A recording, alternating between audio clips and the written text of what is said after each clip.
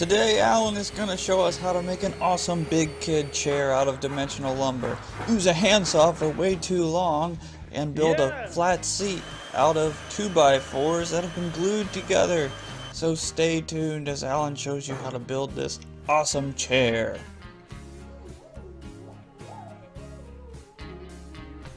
Welcome to the build out. Today, I need to replace this high chair. My 3-year-old has outgrown it for months now, and it's time to make him a new chair to join us at the table. So I've drawn up some plans, and we're going to try to design it to match the dining table. So let's get started. Alan's first step is going to be making a bunch of cuts on the miter saw. These are going to be rough cuts for the front legs, the back legs. The back legs are out of that 2x6 you see there. And then he's also going to be making the seat for the chair all out of these 2x4s. So we'll explain these cuts a little bit more later, and you'll see them throughout the show. So Alan took these 2x4s and he cut the rounded edges off a 1/4 inch at a time. So 2x4s really are 3.5 inches wide, so he cut a 1/4 inch on each side, as you saw in the previous shot, and made them nice and square. So now he can clamp them together and create a nice flat seat. It's not going to be perfect, but you're going to see later how he's able to clean it up so it became perfectly flat and a really nice surface to sit on.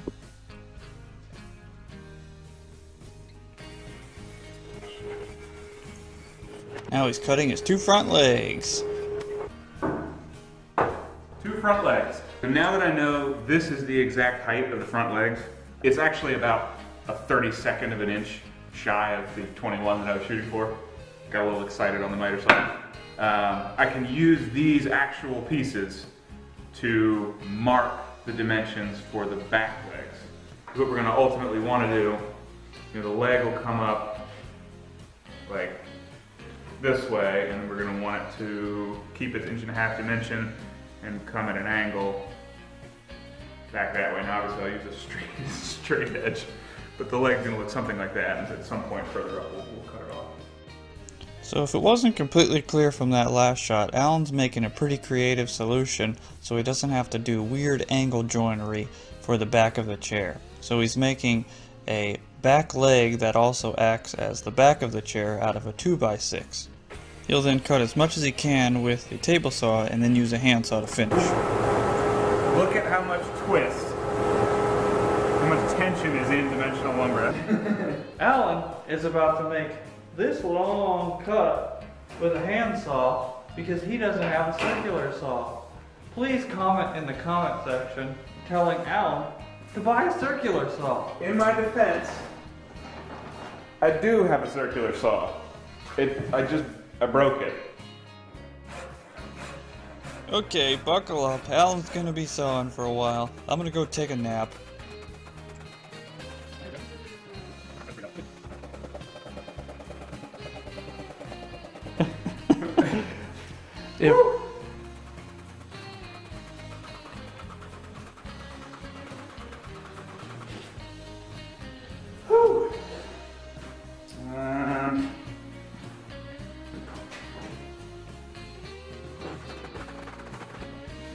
Yes!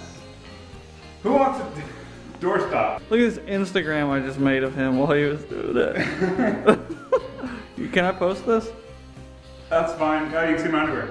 You're cool with that? Yeah. Alright, follow us on Instagram. To see my underwear. See stuff like this.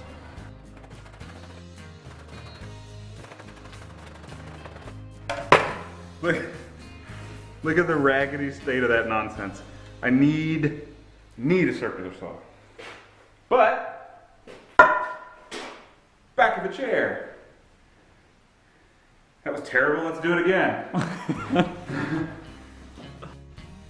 Since the handsaw cut wasn't completely perfect, he used the piece that he just cut out as a guide for the next one, so it would be as close to same as possible. Since I knew how long this would take Alan, I got a snack and then got a drink.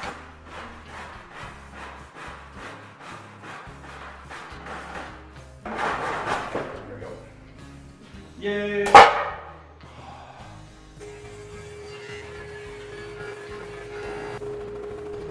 So once Alan finished cutting out the other back leg, he was able to clean them up and make them almost exactly the same by using a hand planer and then using a belt sander. It ended up pretty smooth. That's awesome.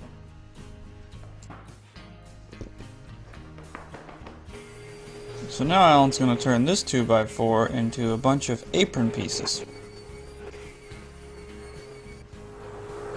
These are now going to be backing. Cool. So Alan just Craig screwed all these guys here. Pretty straightforward.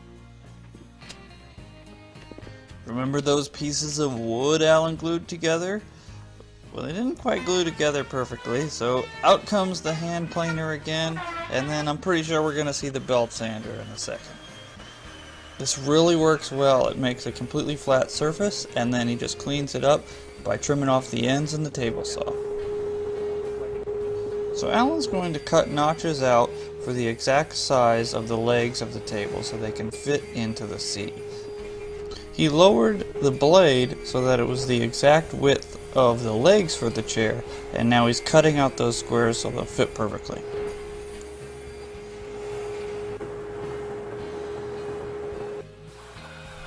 Some Craig screws and then some glue, and these legs will be attached.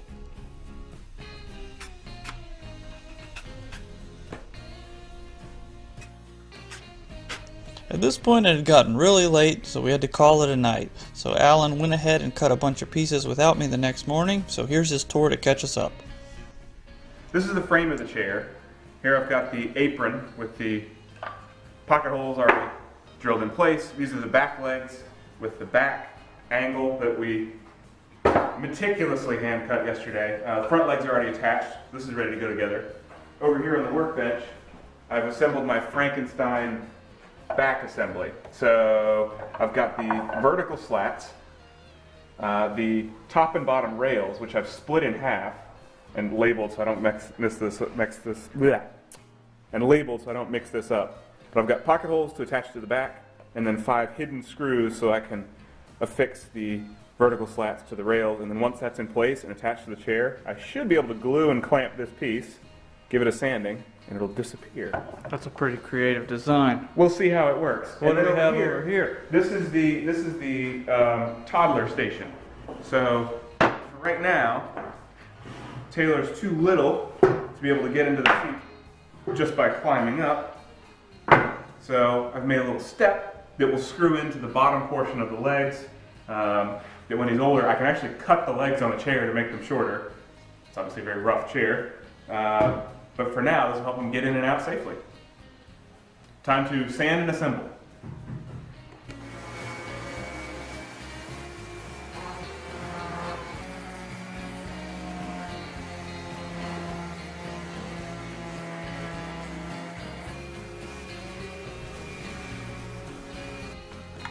Now Alan is setting up a roundover bit on the router so the seat top has a nice smooth feel.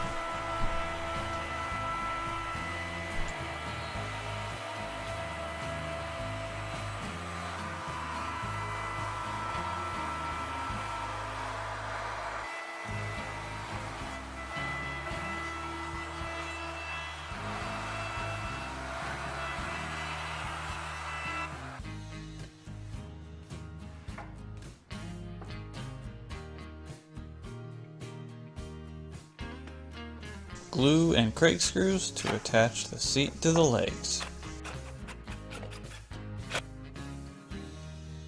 So now we do it again.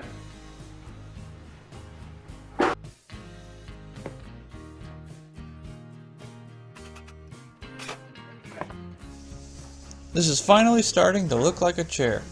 Up next, Alan is going to put in the apron pieces, and this is going to give the seat a nice structure and also an appealing look.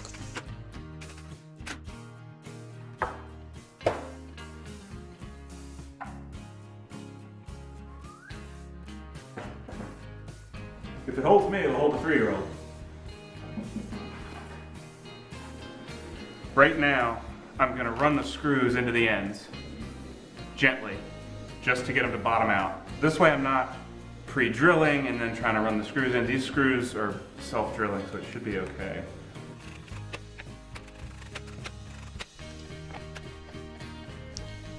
In case it's not super clear, Alan's putting together the back of the seat right now.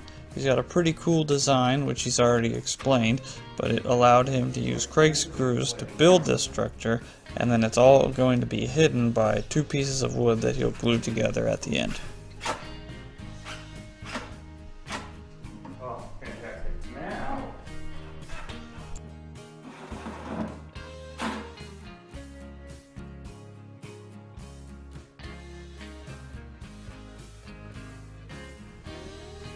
Glue and a lot of clamps.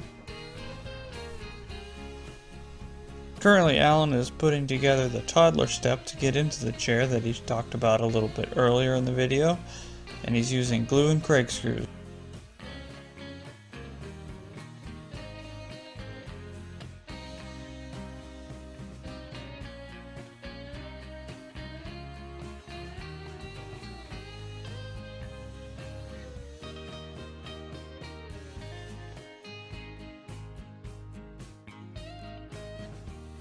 this goes right here. And we'll just screw through the very bottom of the legs to attach the little steps so it's nice and stable. And have a way to get up in the chair.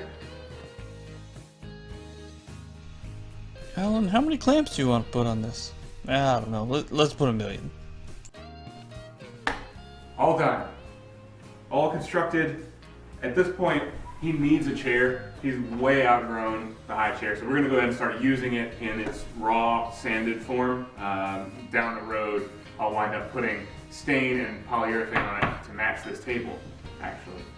So we'll do an update video about that in the future, but for now, that was the build out. Thanks for watching. Hit that like button if you found this helpful, and be sure to subscribe.